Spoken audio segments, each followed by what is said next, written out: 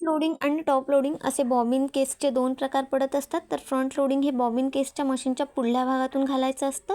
ज्या भोवती आपण धागा गुंडाळतो त्याला बॉबिन असं म्हणतात. तर ही संपूर्ण आपण एक भरली तर त्याच्यातून 30 ते 60,000 इतपत टाके पडतात. तर ही अशा पद्धतीने लावायची असते. तर ती लावायची आपण योग्य पद्धत बघूया. तर आपण सगळ्यात पहिल्यांदा डबी घेतोय, त्यामध्ये आपल्याला ही बॉबिन टाकून घ्यायची असते जिथे आपला मधला होल आहे त्याच्या भोवती. त्यानंतर इथे जी छोटीशी गॅप असते वरच्या साईडला तुम्ही व्हिडिओमध्ये बघताय, तिथून आपल्याला हा धागा बाहेर काढून घ्यायचा असतो.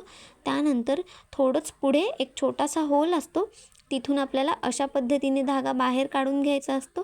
त्यानंतर त्याच्या मागच्या साईडला जो हुक आहे तिथून आपल्याला त्यामध्ये धागा हा अटकून घ्यायचा असतो आणि पुढल्या बाजूला खेचून घ्यायचा असतो. तर ही एकदम परफेक्ट पद्धत आहे आपली बॉबिन केस तयार करण्याची. तर अशा पद्धतीने धागा लावायचा असतो.